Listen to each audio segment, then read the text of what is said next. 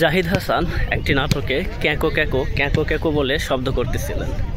যাই হোক, এই ক্যাঁকো শব্দ থেকে কিন্তু আমরা একটি ইংলিশ রুট ওয়ার্ড শিখতে পারি, যেই শব্দটি ল্যাটিন থেকে এসেছে। তো এই জাহিদ হাসানের ক্যাঁকো শব্দ চাইতেও বেশি ইম্পর্ট্যান্ট হচ্ছে বা বেশি ইন্টারেস্টিং হচ্ছে বিফোর আই ওয়াক একটি সিনেমা আছে, যেটি 2016 সালে রিলিজ হয়েছিল। এই সিনেমাতে একটি ছোট এতিম ছেলে যে ঘুমাতে পারতো না তার দুঃস্বপ্নের কারণে, তার ঘুমের মধ্যে সমস্যা ছিল। এই সিনেমাতে একটি শব্দ কিন্তু বেশ জনপ্রিয়তা পেয়েছিল, সেই শব্দটি হচ্ছে ক্যাঁকো, অর্থাৎ ক্যাকোসোমনিয়া। সো আজকে আমরা এই ক্যাকোসোমনিয়া নিয়ে আলোচনা করব। সো আরও কিছু সোমনিয়া নিয়ে আলোচনা করব, তবে আপনাকে শুধু মনে রাখতে হবে সোমনিয়া শব্দের অর্থ হচ্ছে স্লিপ বা ঘুম। তাহলে চলুন শুরু করা যাক। সো প্রথমেই বলেছিলাম ক্যাঁকো শব্দটি এসেছে লেচকা থেকে, যার অর্থ হচ্ছে ব্যাড বা খারাপ, ইভাইল বা ভয়ঙ্কর জাতীয় কোনো কিছু। আর সোমনিয়া শব্দের অর্থ হচ্ছে স্লিপ বা ঘুম।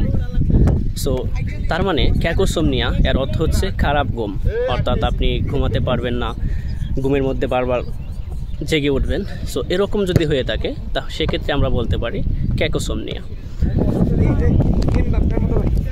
তারপর যে শব্দটি আছে সেটি হচ্ছে ইনসোমনিয়া। ইন শব্দের অর্থ হচ্ছে না, আর সোমনিয়া শব্দের অর্থ হচ্ছে ঘুম, অর্থাৎ না ঘুম। আপনার যদি ঘুম না হয়, আপনার যদি একান্তই কোনোভাবে ঘুম না হয়, সারা রাত জেগে থাকেন, সেক্ষেত্রে আপনি একটি রোগে ভুগছেন, যেটি হচ্ছে ইনসোমনিয়া। সো ইনসোমনিয়া এর অর্থ হচ্ছে না ঘুম। তারপর যে শব্দটি আছে সেটি হচ্ছে হাইপারসোমনিয়া। হাইপার শব্দের অর্থ হচ্ছে উচ্চ বা মাত্রাত্রিক বা অত্যাধিক, আর সোমনিয়া শব্দের অর্থ হচ্ছে ঘুম। সুতরাং হাইপারসোমনিয়া শব্দের অর্থ হচ্ছে উচ্চ মাত্রার ঘুম বা অত্যাধিক ঘুম। একটি উদাহরণ দেওয়া যাক।